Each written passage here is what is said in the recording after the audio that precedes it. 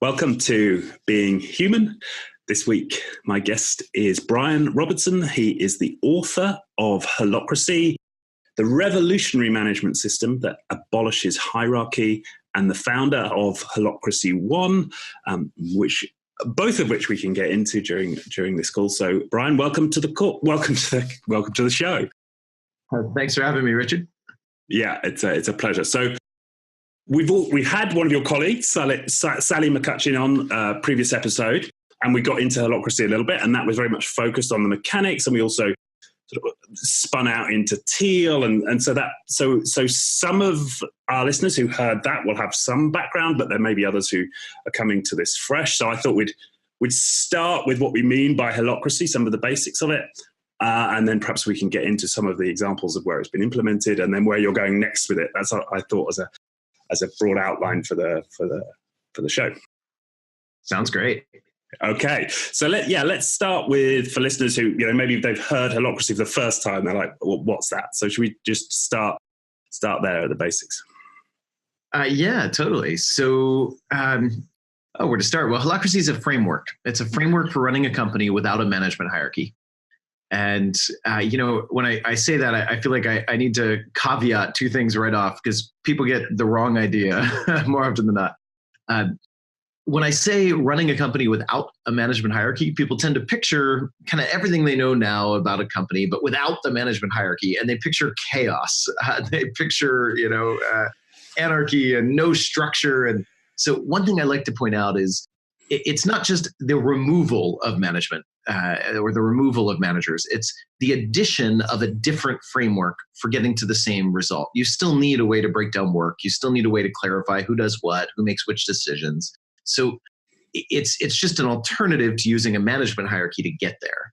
So one of the common misconceptions is, this has no structure. And I like to point out, companies running with Holocracy today have more structure, not less than a management hierarchy. They just arrive at the structure differently. Instead of managers breaking it down, there's a process that everyone participates in that kind of creates or builds clear structure, right? So you end up with more structure, not less. It's just much more flexible. It's much more agile. It's adaptable. And everyone has a part of that, instead of it being just a manager's job to create clarity, right? So that's one thing. The other thing I think is worth pointing out right off the bat is when you hear no managers, often people think all decisions must be made by consensus. And that actually also couldn't be further from the truth. Companies running with Holocracy have more autocratic decision-making than a management hierarchy. It's just broken up differently. It's decentralized. Different people make different decisions, but everyone knows who makes which decision. So I thought that would give us some good starting point. Yeah, go for it. That's great. So maybe let's just pick up on a few of the specifics of what that new structure looks like for it to be concrete in people's mind. What does that actually look and feel like? Yeah, totally. So it's Holocracy is a role-based structure, role-based system. So it breaks down work into a series of roles. And a role isn't the same as a job description. You might end up filling 20 roles. The roles are really tiny functional units.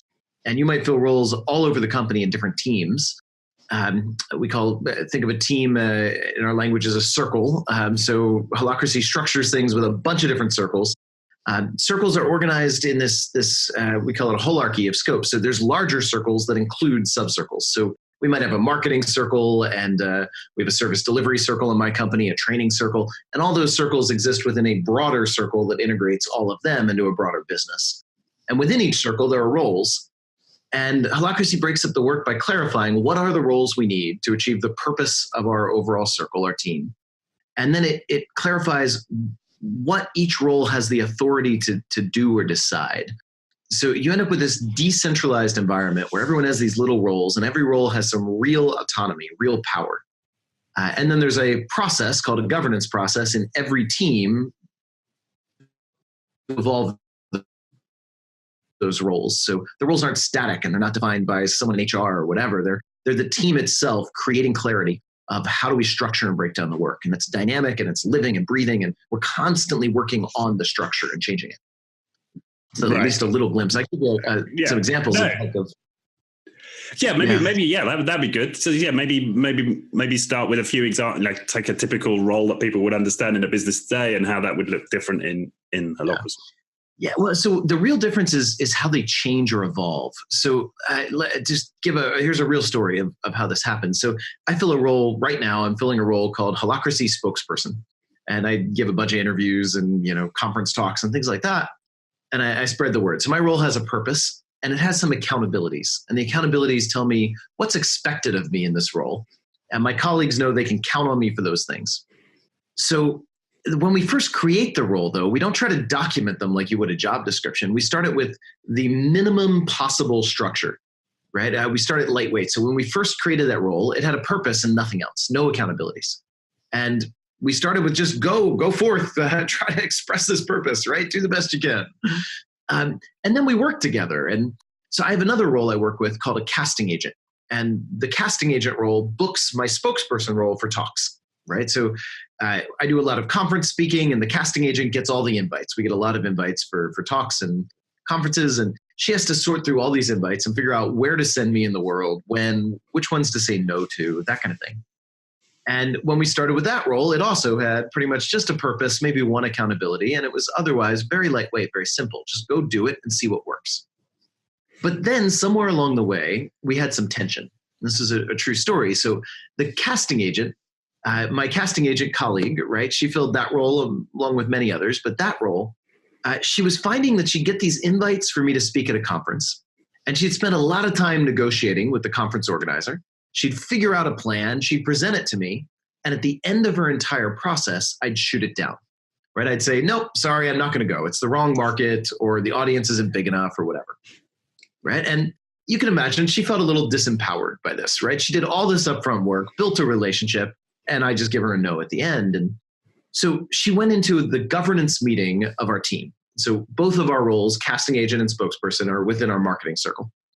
And she brought up a proposal in that governance process. In the governance meeting, we change the roles, and we can add expectations or accountabilities to roles, right? So she proposed adding an accountability to my spokesperson role. She said, I'd like you to be accountable for defining and publishing the criteria you use to decide which speaking engagements to accept or reject. She said, because if you publish that and I could see it, then I could assess by that criteria myself in the very beginning of my process, right? And instead of waiting until the end to get shot down, I can figure out myself which ones are worth negotiating with or not. So she proposed that. And in that governance process, it's pretty cool. We never look for consensus. We don't ask everyone, do you think that's a good idea? Or do you agree with that? We ask one simple question. There's a little process to it, but ultimately it comes down to this one question, which is, do you see any reasons why adding that expectation on the spokesperson role will get in your way of doing your work? That's it. We're not asking, do you think it's a good idea, or do you agree with it, or do you like it? We're asking, will it get in the way of you doing your work? And if the answer is no across the team, then the accountability is automatically added and adopted, even if nobody else really sees the need for it. It helps one person, and that's enough. So if you do see a reason it gets in the way of your work, that doesn't stop the proposal. That just gives us a creative puzzle to solve, right? Like, how do we figure out how to meet her need without getting in the way of your work? But in this case, no one saw any reasons, right? No one had any reasons why that's going to get in their way of doing work, to expect that spokesperson has to document this criteria and publish it. So in about 2 minutes, we had a new expectation added onto my role, and she was able to turn to me and say, great, so when will you have that done for me by? When do you think? Now, the interesting footnote in this story, I'm the founder of the company, right? And a seasoned CEO before that. She was our newest hire right out of college. In what companies do you know where the newest hire right out of college in 2 minutes can add an expectation onto the founder and then turn to him and say, so when are you going to have that done for me by? Right? I think that's pretty remarkable. And to me, that really illustrates the difference. It's not just the way of breaking down the work into roles. It's the fact that they can evolve and change, and there's no managers to get in the way or control that. And why do you think on it? Sorry, and why do you think that she had what is it about the way you're working that had her have that confidence?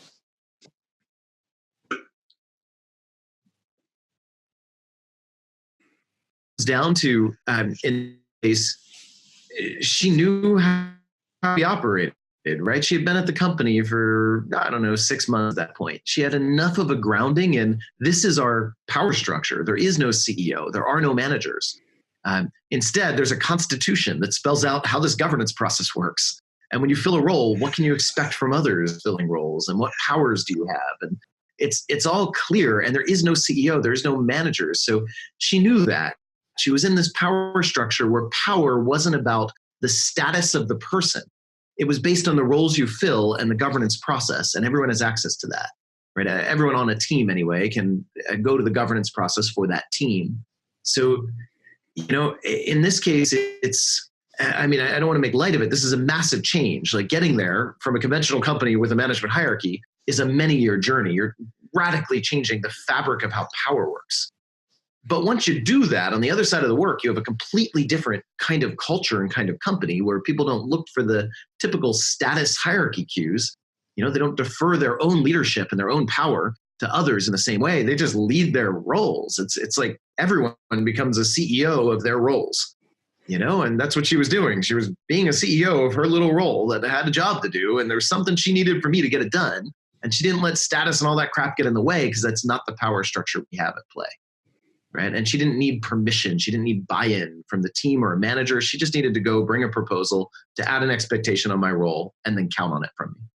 Right? And the whole structure is oriented to making that not personal. It's about the work and the purpose. It's not personal. Right. Okay. So there's two things that come to mind there. One is that I've had some involvement with 12-step communities over the years, and it reminds me very much of the way that they're organized, like these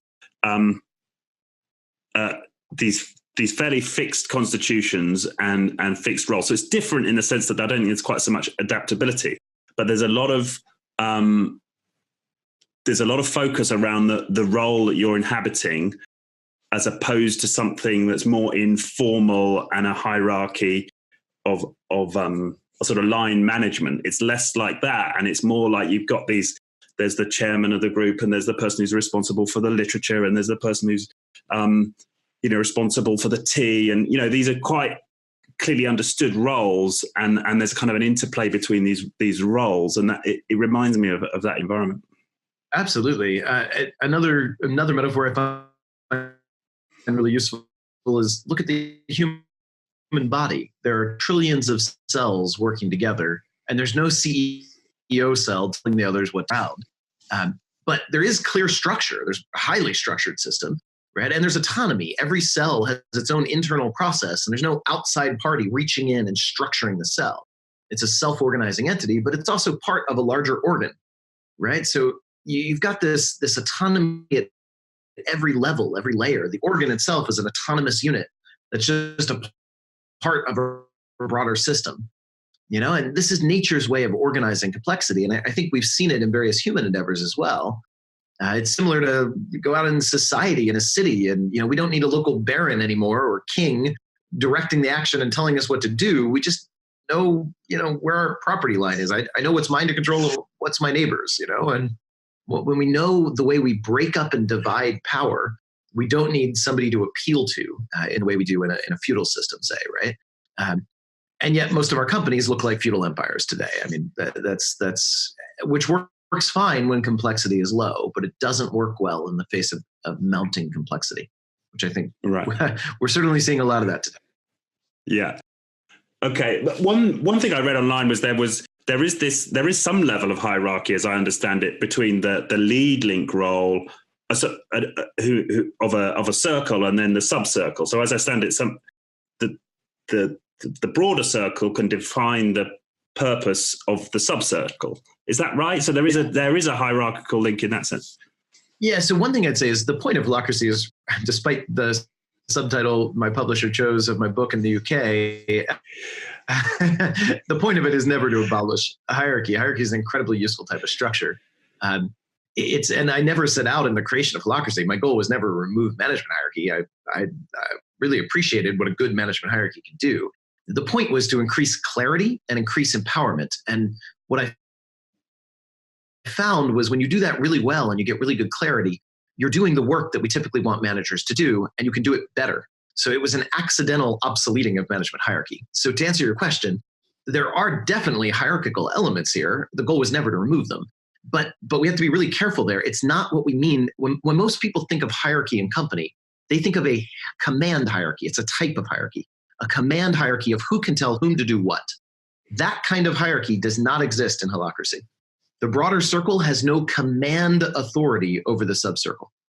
It has a definitional authority. So it's a definitional hierarchy, not a command hierarchy. In other words, the broader circle can define the boundaries of the subcircles or the roles within it, right, within the broader circle. So the broader circle can say, this is in scope of the marketing circle and that's in scope of the sales circle or whatever. Here's what marketing gets to decide. Here's what sales gets to decide. But it can't make those decisions for the circles. So it's never commanding, go do this or take this project or take this action. No authority for that. It just has the authority to define the boundaries of what power does this circle or that circle have, or this role versus that role, right? Just like in my example, right, we can break down and say, what authority does the spokesperson have or the casting agent? Who actually gets to decide which events to accept or not? In this case, the spokesperson does, right? So we define who has the authority to decide, but we don't define the decision. It's not a command. The circle never says, go to this event or whatever. It can't do that. It just gets to define the boundaries. So it's a type of hierarchy, absolutely, but it's a completely different type than we're used to. Okay, yeah. And maybe that's a misconception, because I think that maybe that's why people so kind of when they read it on face value and they're like, surely this can't abolish it completely. And so what I'm hearing from you here is a nuance. Yeah, totally. And even within the broader, Holacracy is a highly customizable system. So any given organization is going to have certain roles that make decisions that other roles are kind of following. But it's all mixed up. It's not in a management hierarchy, the CEO can counteract or veto any decision anywhere in the company. There's nothing like that anymore. Now it's in some roles, I make a decision that then others are kind of following in a way. But in other roles, they're making a decision that I'm following. And it all depends on the roles and the breakdown. And often it's just each of our roles in parallel have its decisions to make. And then, there's obviously some points where we're connected or influenced by the other. But it's just a very different type of authority structure than what we're used to with a simple command hierarchy. Right.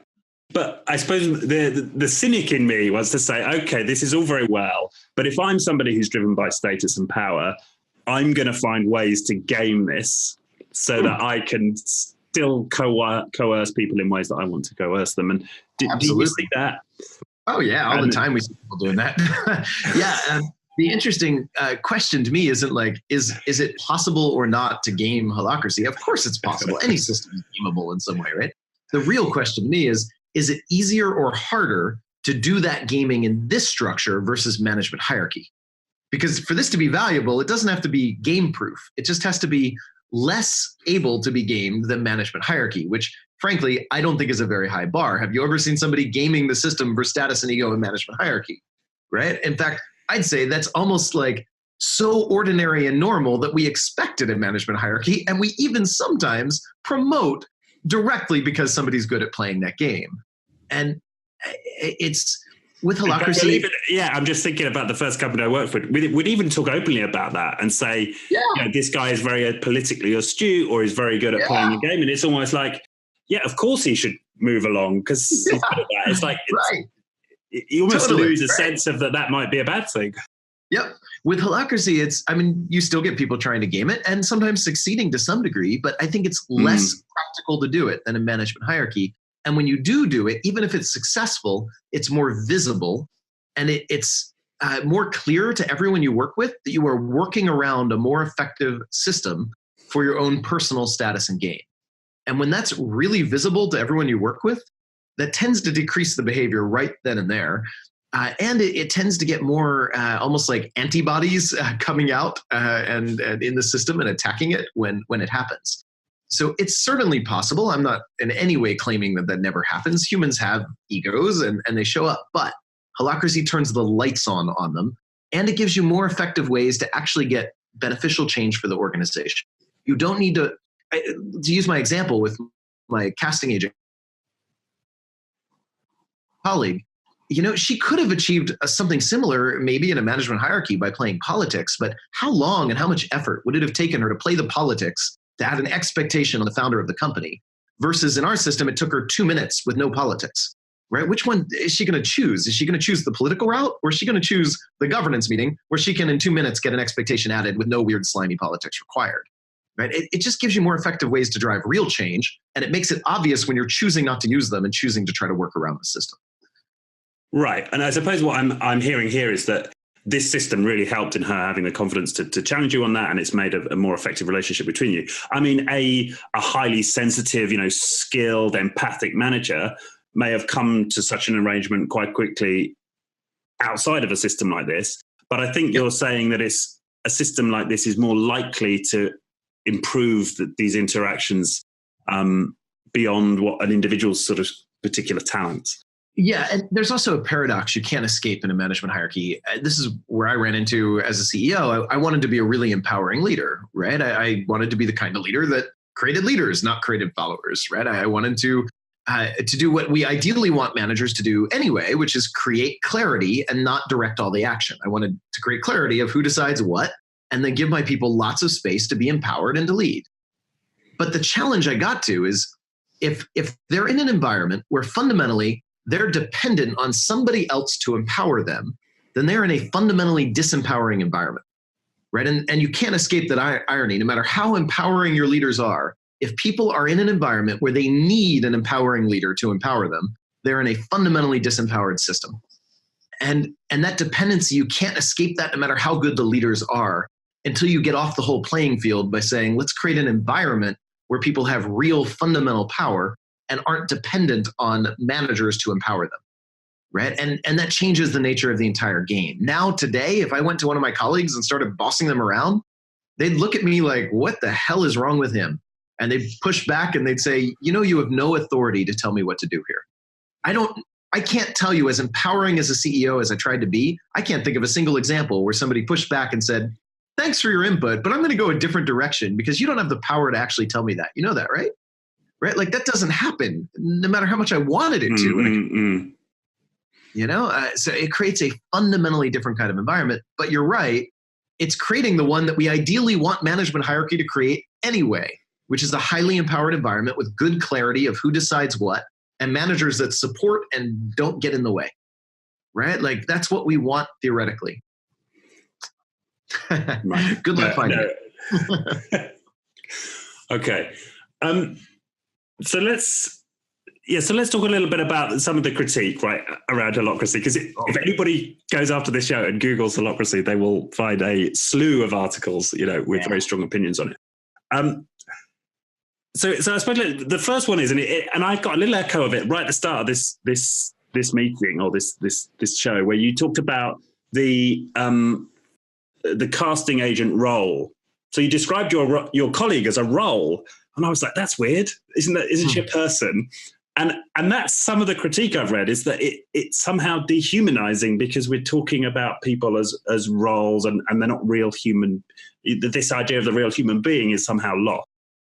Yeah. So one thing I'd say, I don't talk about humans as roles. I talk about roles as roles. And I talk about humans as humans. What Holacracy does, it doesn't throw out the humanness, it differentiates it. There's a great quote, actually two quotes I want to bring from David Allen, who's the author of the book Getting Things Done, and he's on and also a guest on this show. Oh, was he? Oh, great! Yeah, he's an amazing guy. So he wrote the foreword to my book, and he's been doing Holacracy for like 7 years now in his company.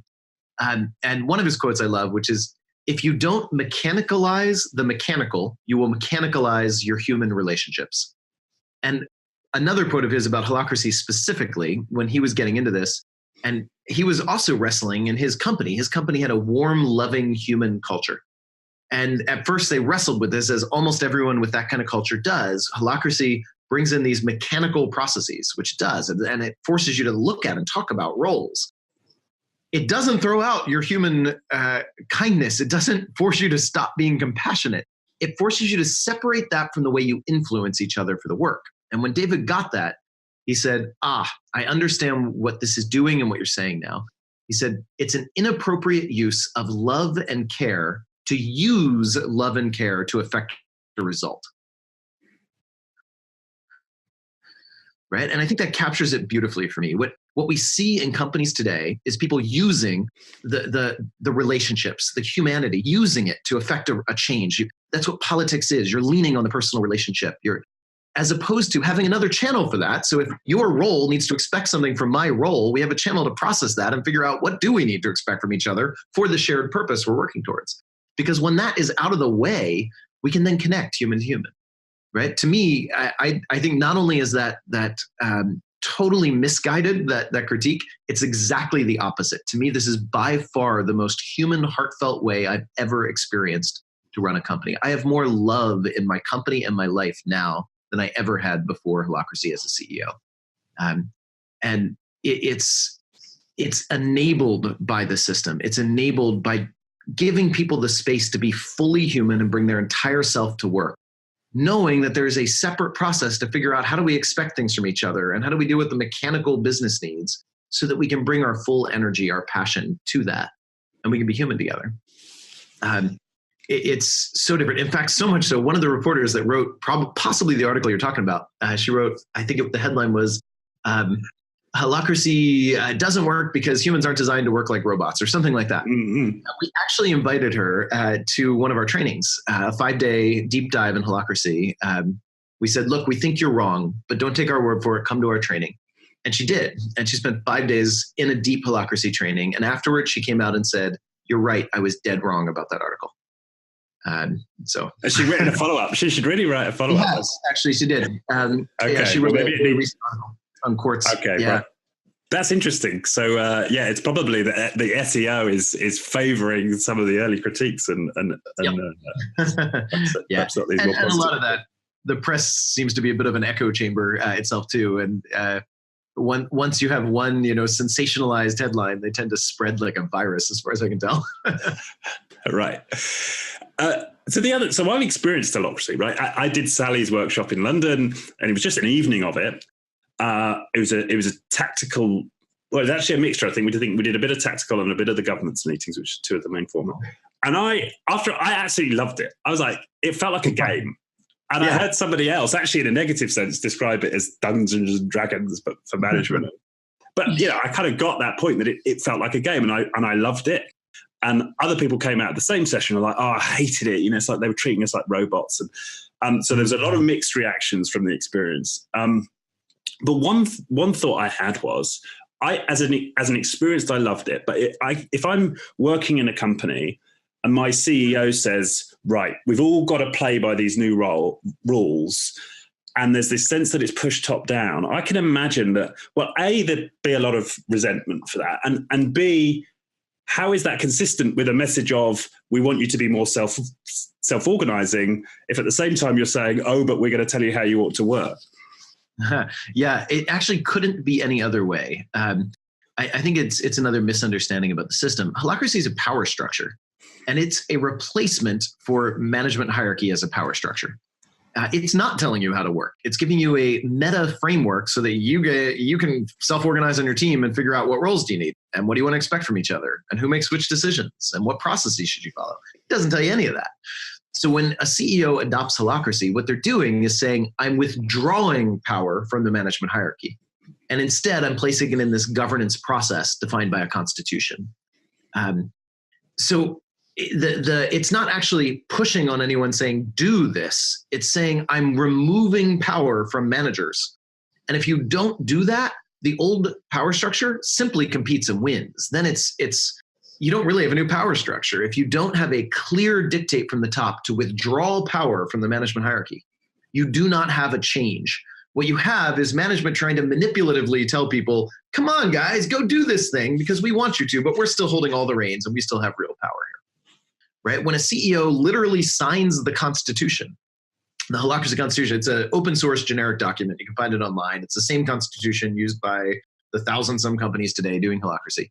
Right? When they sign that Constitution, they're saying, managers, you no longer have the authority to command anyone on your team, right? And instead, anyone who wants authority can get there by getting a role. And here's the process by which you can define roles, and we can figure out what do we expect of different roles and all that. So it is a top-down decision. It's akin to a king in a monarchy signing a constitution the monarchy that came before, where even the monarchy isn't above the law, right? So that's the shift. You a can't Magna Carta for businesses. Yeah, I mean, you can't do that in any other way. Ultimately, you have to remove power from the system that came before. And you could try, the only other way I've seen it work in societies is a very bloody, very messy revolution, which is not nearly as effective as a monarch actually choosing to voluntarily sign a document, right? A, and B, I don't think you can do that in a company, right? It doesn't quite work that way, you know?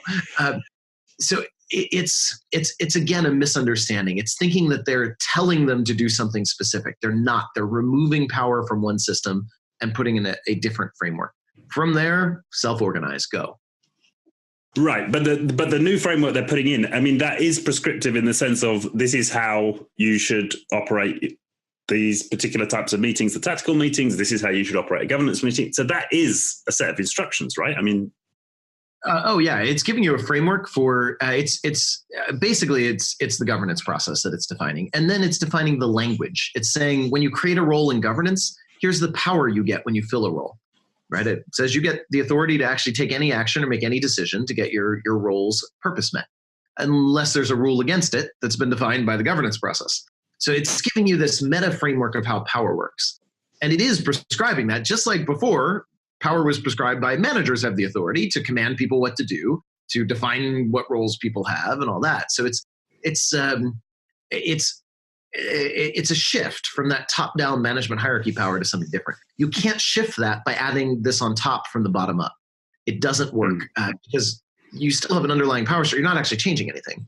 And that's what's so different. I think the misunderstanding about that comes from most change initiatives we see in companies are not replacing management hierarchy. They're built on top of it, right? My background's in agile software development in the software world. That's not replacing management hierarchy. It's built on top of it. It's a process you can use, but it's not changing the fundamental power structure, which, by the way, is where it often ends up having issues. Yeah. It brings a different paradigm in, and it clashes with the paradigm of the management hierarchy. Every other change initiative I've seen is still built on top of the management hierarchy framework. It's not replacing it. So naturally, when we're having that mindset of any change is, of course, built on top of this framework, it seems like it makes much more sense for it not to be dictated top down, but like, especially if it's more about bottom up, like, let's let it emerge that way. That makes total sense to me. But this is different. It's a replacement for how power works. At the end of the day, you have no management power anymore. There's no CEO. There's nothing that looks like a CEO. There's nothing that makes sense as a CEO or any manager anywhere in the system. So when you have that level of fundamental replacement for management hierarchy, you need something different. You can't build that on top of it. It's not the foundation for this. This is a different new foundation. So you have to clean out the old foundation, which is why you need the top-down decision to do it. It's kind of like the last act of the king saying, I'm dismantling the monarchy. That's what it's really doing. Right, but is there still not an inherent contradiction in you saying, like, you can self-organize in all of these areas, but and as I understand it, but you can't adapt the way you run a tactical meeting or a government. Tactical is totally customizable. The tactical is just a default provided by the Constitution until you customize something your own. The Constitution, it prescribes the absolute minimum possible. It doesn't tell you how to hire, fire, compensate, budget, plan, doesn't tell you what roles to have, doesn't tell you how to run tactical meetings except as a default until you find a better one. The only thing it's prescribing is here's the governance process and here's the language that you define structure with in the governance meeting. That's it. That's the core power structure. That's a replacement for management hierarchy, right? And that itself, you can evolve as well. You just need a constitutional amendment to do it, right? And the Constitution itself is evolved. It's open source, and we version control it just like we do Linux or an open source operating system. There's a community process for updating the rules of the operating system itself. And you can fork it. So if a company wants to create their own version, they can. It's about as good of an idea of, say, forking Linux and running that on your computer. That is to say, most people don't want to do that, right? I mean, there's a tiny subset where that actually might be a good idea to do, but it's a very small subset. Most people want to take the out-of-the-box version and say, that's good enough for me. But if you want to customize it, yes, there's a process for that, and you absolutely can do that. It's a framework, but it's an open source forkable framework. And it defines the minimum possible. It's not a one-size-fits-all thing.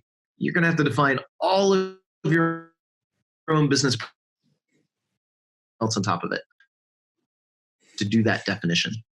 And if you don't have that, let me say this, you always have some meta process for doing that. And if you don't explicitly define a replacement for management hierarchy, it either falls back to management hierarchy and people look to the CEO or the boss to see if they're comfortable with it, or it devolves to consensus. And then nothing happens until everyone agrees, which I've tried. And I'm not eager to repeat that experiment much earlier in my career. It is a disaster for most companies. So you always have a meta process. You always have some way of saying, here's how we update expectations of each other. And if you don't explicitly define it, the best you hope for is something like management hierarchy. Otherwise, you get something political, shadowy, consensus-y, which I call it the tyranny of consensus, where everyone has a voice, but nothing can get changed, right? Right. Yeah. Okay, so I get that, but the question is now coming, well, okay, so I buy all of that. So why do you choose then to prescribe this off-the-shelf constitution and this structure for the various meetings, rather than saying from a principles basis, actually what we advocate is you create a constitution, you create a formal explicit process for how you govern. You might want to consider creating some formal processes for how you manage disagreements and tensions. But there must have been a choice to make it prescriptive versus sticking at the principles level. Yeah, well, so getting to the point of a concrete meta process that seemed good enough that it was, basically workable as a starting point for self-organization took about 10 years of experimentation and a lot of pain along the way.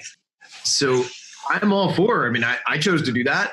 Granted, there was no off-the-shelf frameworks when I started that work, but if you want to take 10 years and repeat those lessons and learn these the hard way and, slow down your business for 10 years, go for it. You can create your own version 2. And some companies do that. Or you can say, well, let's start with Holocracy. And then once we understand all the reasons and rules for what's there right now, then we can fork it and we can define our own version if we have a better idea. That's the benefit of open source software. In fact, why doesn't anyone use Unix, Linux? Why not just start your own version from scratch, right? Then you can customize it for exactly what you need. And, there are very limited cases where that makes sense and somebody custom designs an operating system. But in most cases, you start with what's there because it's efficient. And then maybe you figure out where you want to fork it. It's open source. You can do whatever you want with it. And the same is true with Holocracy. So I can't tell you how many companies start assuming we'll probably customize and fork it later, but why recreate that? Why not start with what we've got? And then, by the way, the vast majority of them decide, you know what, we don't need to fork it. It's really good and we can customize within it, just like an operating system. You don't need to change the code to customize your computer. You have apps, you have all these things you build on top of the operating system. Right? Holocracy is like an operating system. It's not telling you how to budget, hire, fire, compensate. It's not telling you how to break down your work. All of that's customizable on top of the basic framework it provides. So most people find they don't need to customize it. The framework's good enough and it saves them 10 years of pain. But that said, hey, I'd love to have more people out there taking 10 years of pain because, we'll learn from them and Holocracy will evolve by seeing what they do well. Same thing Linux does. Right. No, I can see that. I can see that as a rationale. So it sounds like as a recent example in terms of the press, and kind of as somebody coming new to this, because I've never experienced it, I kind of have to go what's written about it. And so Medium used it early on, and now they've chosen to move away from Holocracy. But they cite a few things. One was they felt it was like a tax on their process and somehow slowed them down. The negative press itself was potentially an obstacle for hiring, and also this sense that people who they wanted to bring into senior positions were somehow confused. But you're asking me to come in as a boss, but you're a bossless company. So, what's your reflection on all of that? And maybe you could take them each in turn. Yeah, totally. So a couple of things. I think so. Of the issues Medium had, the hiring one I think was very real. They, that's. Especially in their environment. They were building a company, typical Silicon Valley company. They're in a highly competitive talent market. They're building, growing, and the people joining it are not looking for their long-term home. They're looking for, where can I build a chunk of stock options, cash out in a few years, and move on to my next thing. They're more hired guns. When you've got that kind of talent pool that's highly competitive and they're taking a short-term view, it's really hard to tell them, hey, you're going to come in and not have all your manager authorities that you're used to, So there's a real issue there, especially with some of the negative press on top of that. That was I think a really real concern. The tax, I think they're right, there was a tax, but the reason for that, for them, they didn't actually fully adopt Holacracy. And this was long before they stopped. I told them flat out, what they're doing is not sustainable and not going to work. And they wanted to try doing it that way anyway, which I totally respect. But the issue was they didn't adopt the power shift of Holacracy. They adopted the meeting mechanics. So in the overall Holacracy practice, there's these governance meetings and tactical meetings you've mentioned, this new way of defining roles. They adopted all of that, right? And then they got to a point where they said, great, guys, thanks, we're comfortable. And they said, we don't want any support anymore. We want to do this on our own, which is fine. We were coaching them through it before that. But they never adopted the power shift. So they still had lead links as one of the roles in Holacracy that actually has no manager-like authorities when you're actually doing Holacracy by the Constitution. It's also a tiny part-time job, 5%, 10% of your time. At Medium, it was a full-time job. It had manager authority, and they would celebrate when people got promoted to a lead link role. It was still a complete top-down management hierarchy, but with this meeting process wrapped around it. And I think that's fundamentally an unsustainable place. Holacracy does not work long-term if you don't get to the point where it is a truly different power structure that replaces management authority. It's really tempting, and I see other companies, they're not the only ones that failed with Holacracy for this reason. They get to the point where they have the new meeting processes that's much easier than the power shift, and then they say, you know what, we're going to just try keeping our management hierarchy in place, but at least we have these cool meetings for breaking down work and roles in the teams. And I don't think it works. I don't think it's sustainable. And I told the folks behind Medium that, but I also, they're on their own journey, as everyone is. And it might be that is workable, and we just haven't found a case where it worked yet. But Medium was one of the cases where it didn't. And there are many others like that. And so why do you think they were right in describing it as a tax then? Well, if you don't adopt the power shift, you have two competing power structures. You have managers saying, on one hand, think of you're a worker in that company. Do you work to please the manager, or do you do what the governance output suggests you should do? Those are often at odds, right? And which power structure wins? And now worse, your governance takes time. There's a tax to doing this governance process. If you've got the full power shift, then when you do the governance process, you're speeding up on the other side. You're using it to address deep issues so you can go faster. It's a slow down to speed up process. But if you don't actually use the power structure, you're not doing the output of governance, you're falling back to working in the management hierarchy. You don't get the benefit of the price. So you're paying this price to slow down and do this governance clarification process, but then you don't get the speed of the autonomy. With Holacracy, you have far less meetings. You have far less need for meetings. You know exactly what decisions you can make with no meeting whatsoever and what the bounds on your authority are. That's the point. But that requires the power shift. Without that, you're still back to calling a meeting to make sure your manager's bought in or your team's bought in. So if you do this process, which takes time, there's a cost, but you don't get the autonomy to then go fast, you still have to call meetings to make decisions. You still have to get manager buy-in to make decisions. You still have to get consensus of your team for a lot of decisions. Why are you paying the price of the governance process? You're not getting the benefit, right? Maybe you're getting slightly better job descriptions, but come on, that's not that useful. So, I mean, it was one of the things I try to tell people: do not try to do Holacracy without the power shift. It's not sustainable, and it's not worth it.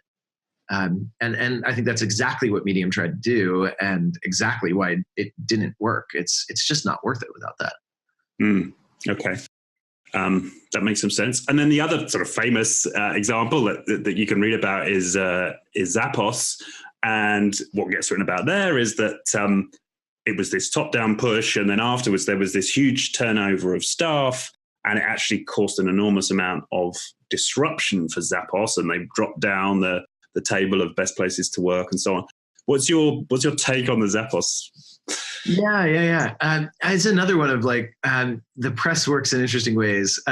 So I think there's a lot you can look at Zappos and say, what can we learn about what didn't work for them that could have worked better?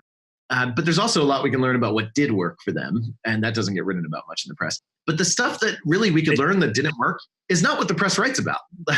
The stuff the press writes about, as far as I can tell, is almost pure fabrication and sensational headlines. And not to say that it's all like roses over there. There's definitely issues and challenges, but they're nothing to do with what appears in the press. It's a completely different world.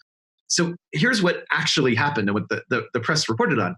The turnover is where the press went negative. At first, the press was very positive on Zappos doing this.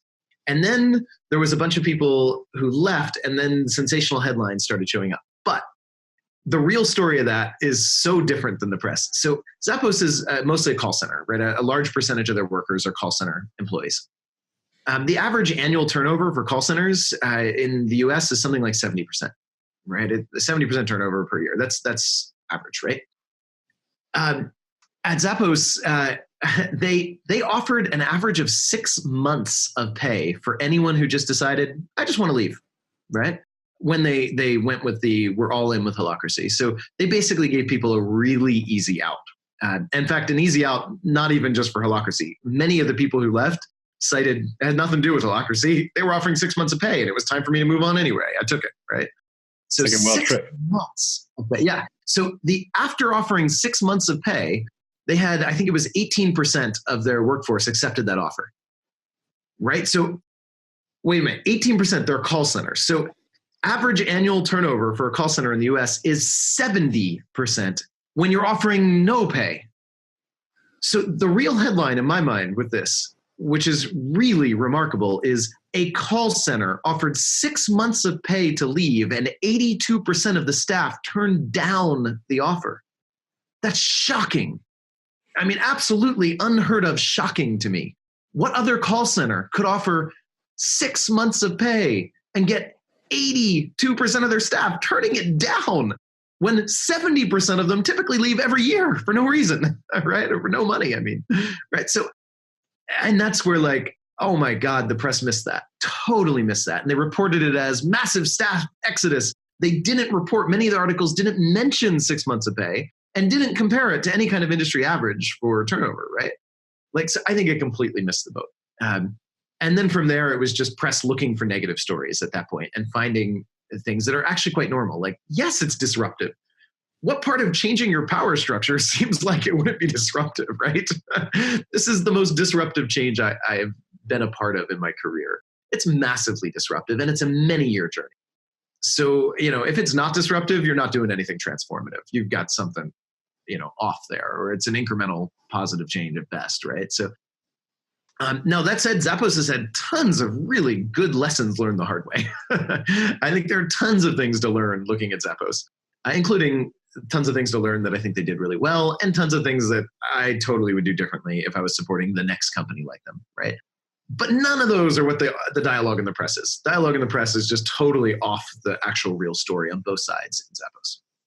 Right. Well, I'm sure that for anybody who's listening to this podcast and is considering Holocracy, they're going to be really interested in what you've just mentioned. So, is there a kind of top 3 lessons, what you'd do differently next time?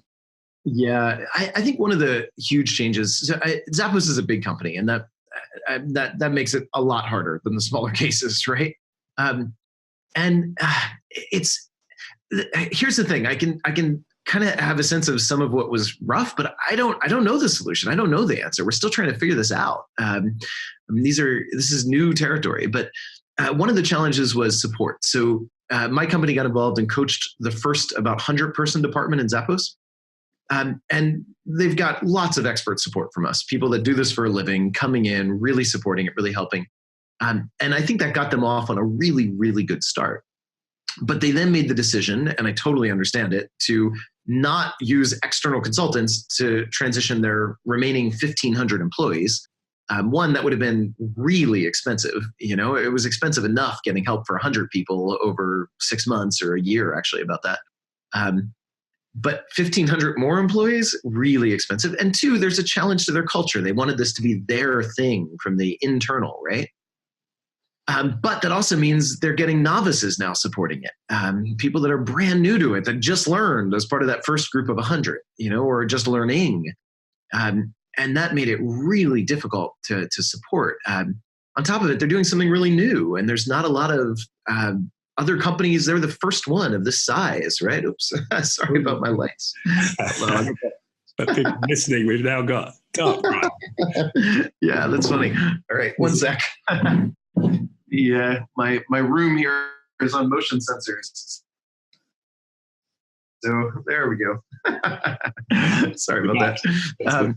So yeah, there's a and so I mean they did the self-support, and what that resulted in was, sometimes that support was more than adequate for the challenges of any given team, and sometimes there were teams that were just too damn hard.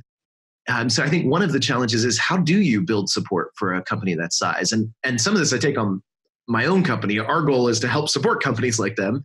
We did a great job, I think, for the first 100 people, but we didn't do a great job of giving them tools to self-support after that. And since then, that was years ago, we've built, one of my main focuses in my company is, how can we build more tools out there, more ways that people can self-support this journey? And I think we're nowhere near done that, but we've at least got a lot more to work with than we had back then. I think there's probably more lessons on Zappos' side about how to build up their own internal self-support that I'm sure they'd have some wisdom on. There's also the systems and processes. I think it took them a while before they started addressing some of their processes, like hiring, firing, compensation.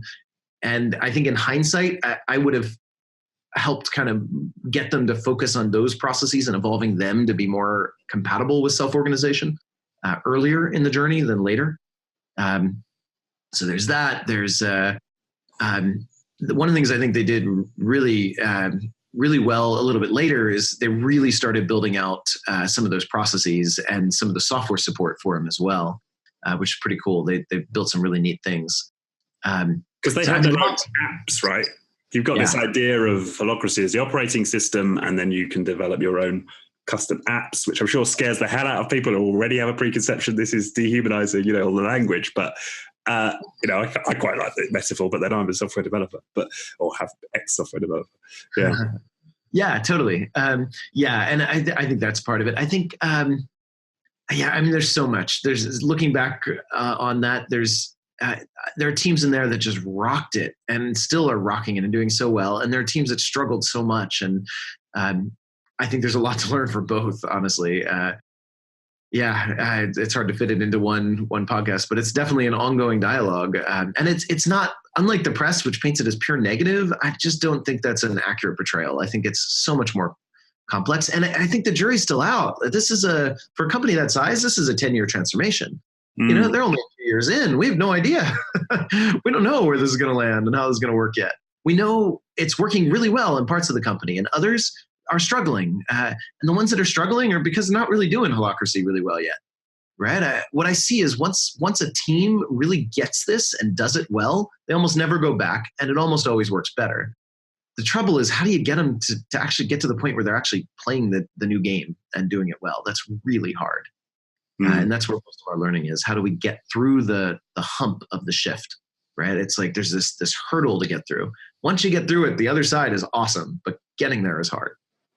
And I like the time frame you're talking in, because often we hear about transformation programs in months, maybe a year. But I think there's an honesty in that, because certainly from a personal perspective, and I don't know how transferable this is to organizations, but back to 12-step rooms, there was something that people talked about in the 12-step room. It takes 10 years to get your marbles back and another 10 years to learn how to play with them.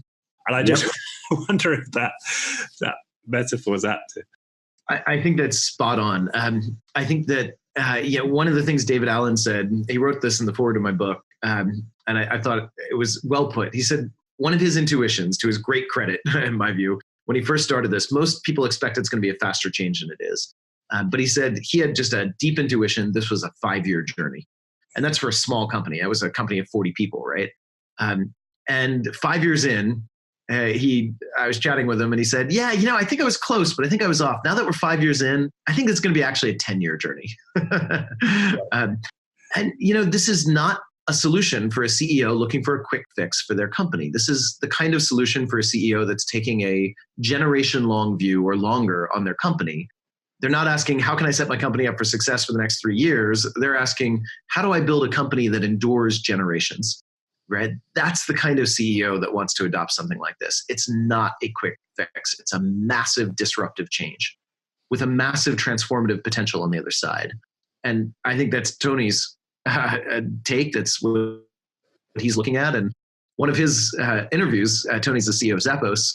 One of the things he said in one of his interviews, his own lessons, was that he adopted it too slowly. He kind of let the company kind of step into it slowly.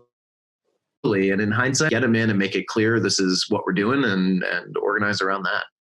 And I think there's wisdom in that too. If you're in this journey, go in and do it until you discover it's not working. Then go out. But until then, being having a foot half in this water and half in the management hierarchy waters is really painful. Right. I know we haven't got that much longer, but I'd like to touch briefly into your own personal experience. So, like, what's been the hardest thing that you've had to give up, emotionally or intellectually, in this process? Yeah, I love it. So sometimes I get asked, how did you deal with giving up control? As a former CEO, now moving into an environment like this, how did you give up control? And when I get that question, I usually say, you've got it wrong. Actually, I didn't have to give up control. I have more control of my company now, not less. The difference is, so does everyone else, right? It's not about stripping power away from the CEO. It's about raising power of everyone else in the system. Now I feel like I've got a whole team full of people acting like CEOs, and we've all got access to the same tools. We all have access to the governance process. We can all update the roles and update the structure of the company. We can all lead our piece, our roles. So then I from there, okay, so what did I give up? I really didn't give up my ability to control the company for its purpose. I just raised everyone else's. But what I did give up was the ability to run all over the company with my ego, right? That's what I gave up. I gave up the ability to just drive the company somewhere because it would make me feel good, or drive a decision down someone else's throat because it's what I wanted them to do, right? It's how I would lead, not how they would lead. I kind of gave up that. And with that, the feeling of status, of importance, there's something addictive about being the guy at the top that has everything figured out or has all the answers. You're the superhero. Everything depends on you. For me, I think the journey is a lot like what I hear from a lot of parents. We're like, it feels good to be your child's superhero. I hear, like their life depends on you. And there's something gratifying about knowing you're that important to somebody. But ironically, your job as a parent, it's to work yourself out of that need, right? Your job is if your 30-year-old kid still needs you to be their superhero and save the day for them, you've done something wrong, Like your goal is to obsolete yourself. And there's something so meaningful to me in that journey of working to build a system where you're no longer needed. And part of that is giving up my egoic control. In the same way that parents have to at some point give up their ability to just control their children for their own personal sake. They have to accept that their job is not to use their kids as their own property. They're to steward their kid's journey for a while until the kid can do it themselves. And this metaphor that the kid is the company. My job as a leader with this is to steward the company for its purpose. And so it required giving up kind of the sense of, this is my company for my purpose, right? And was there one moment where you that really hit you? Oh man, no. It's still hitting me. It's a journey. It's a 10-year journey, right? And now that I'm 10 years in, more than that, into this journey, it might be a 20-year journey.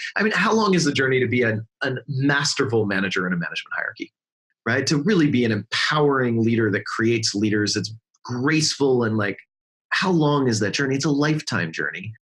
And I think this is too. And I'm still walking it. And there are days that, I fall back to old habits. Fortunately, the system doesn't let me impact the company with that anymore. When I show up like a, egoic dictator now, my colleagues look at me and say, well, he's having a bad day. Let's ignore him. Whereas when I did that in my CEO days, I caused serious damage,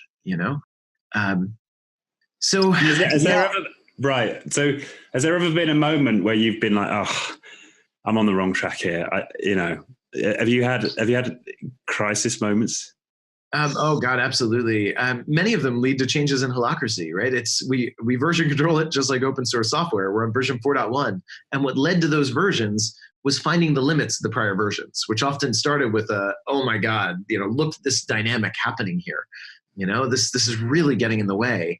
And then that leads to changing the fundamental rules so that it can't get in the way anymore. So the system evolves with those. Yeah, I mean, it's been a fascinating journey, and a lot of it too is for me. We talked about the human aspects. For me, I think in the earlier days, I never totally understood those complaints from a sense of the experience in it. When you're really in it, is so human and it's so powerful. But the question is, how do you get people to that experience? Because when it's new, it's disruptive and awkward, and I get all the feelings of it. How do you get on the other side of that? So for me, those are the moments of despair. It's seeing just how hard the shift is and how much potential is there. If there wasn't the potential, it would be easy. You'd just give up on it.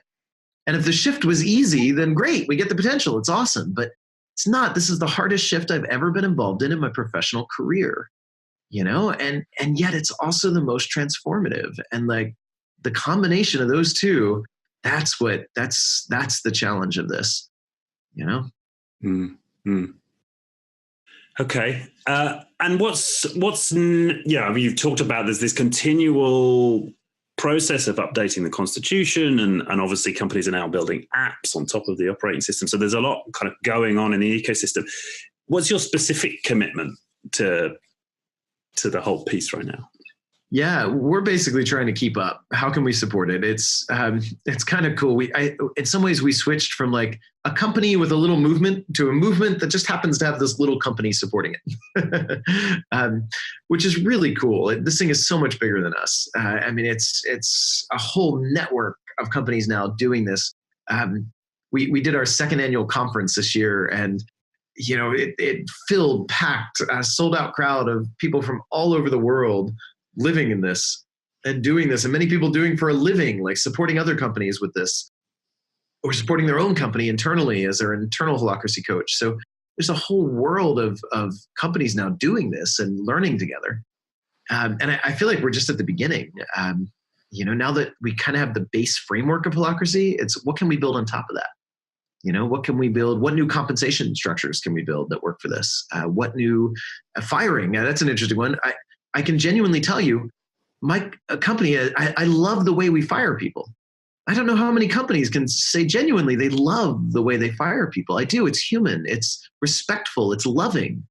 I've fired people and had them come back and become our customers and stay close personal friends with the people involved. And we found that not because Holacracy gives us the one right way to fire people, but because we experimented for years. Holacracy just enabled the experimentation, but it took 5 years of experimentation. But now we share our firing process, and other companies have started adapting it, or starting with adopting it and then adapting it and then figuring out, well, what do we tweak? And they're trying different variations of it. And the best of those variations we'll probably copy and take into ours, And so we're learning as an ecosystem more human ways, more honoring, respectful ways to go through the question of should somebody even work here anymore? Which that's a tough question. And there's something about this method that's unleashed experimentation in these fundamental questions of business, or how do we pay people, or how do we budget, or whatever. So I love that. That's to me the leading edge, is all these apps, as we say in this metaphor, right? Which whether or not there's actual software behind them, I'm using it metaphorically, right? All these different apps on the operating system of a self-organizing framework like Holacracy. How do you do all these things? Which is really cool. And the other thing I think we're seeing right now is, like, I've really started writing and speaking more about the deep connections I'm seeing to the humanity in this. To me, Holacracy has the potential to bring love into business in a way that we just don't have today. And that's where I am and where I want more love in my workplace. And how do I get that? Holacracy enables it for me. But it's also only the beginning. It's, now that we have it, we've gotten all the power stuff out of the way. And we've gotten a fundamental, respectful system that invites people to drive real change. Now, what can we do with that basis, without the specter of power in the way, which we have in management hierarchy, without the politics in the way? All that's out of the way. how do we love each other more, right? How do we build the kind of loving, caring environment that I want to work in? How do I build that every day? And with a team of people now that can build it with me, right? To me, that's now some of the leading edge stuff that really excites me. Wow, that's profound. Final question I love to ask my guest is, for you, Brian, what does it mean to be human? I love it. My mind goes to consciousness. To me, the ultimate gift of our humanity is this consciousness. We have the ability to sense and to respond and to choose in the gap between there for what we sense, how we're going to respond. For me, my own development as a human, I feel more and more human the more I can really, really be in that consciousness and then use that consciousness to drive whatever changes I choose to drive in my world. And to me, that's really what my work's all about. It's how do I build a system, a framework around me that allows me to better harness my consciousness and everyone else's around me. I went to being a CEO because I wanted to use my consciousness better. I had vision, I had insights, I wanted to drive change. And then I got sad. I realized I had built the same kind of system that may let me use my consciousness more, but by doing that, I was getting in the way of everyone else involved using their consciousness. And so how do we build a system where no one's consciousness gets in the way of anyone else's, and where we can all bring our full gifts as humans, right? Our full capacity to sense and respond, and then build a company that can harness all of that into its broader capacity to sense and respond in its world. How do we build conscious companies by harnessing all of our individual consciousness? So being human to me is a process of not just being conscious, but using consciousness, harnessing consciousness, driving change with consciousness. Fantastic. Okay. And so for people who are listening to this and they want to learn more, where's best to direct them? Well, there's our website, holacracy.org. It's spelled with an A. Most people misspell it. It's HOLACRACY.org. There's a lot of free resources on there. There's videos. There's lots of things you can find. There's my book, of course, Holocracy. And then if people want a deeper dive, they can contact us. We have a network of Holocracy coaches all over the world. So if you're exploring this for your company, we can put you in touch with a local qualified Holocracy coach, or we help companies ourselves directly when they're the right fit for our kind of unique focus in that. And then we have trainings all over the world. You can find them on our website as well. There's kind of a deep dive 5-day training for people that want a little bit of a taste. There's a online workshop. Just gives you, it's a real light, easy, cheap way to kind of stick a toe in the water and get a sense of it. There are in-person workshops as well, but the online's super convenient. So you can find all of that on our website. Okay. Well, thank you so much for your time. I really appreciate it. I really appreciate you taking on all of the tough challenges out there and giving us your view on where you're going next. So thank you very much. Cool. Thank you so much, Richard. It's been a really fun dialogue, and really appreciate your questions and digging in. Okay. Thank you.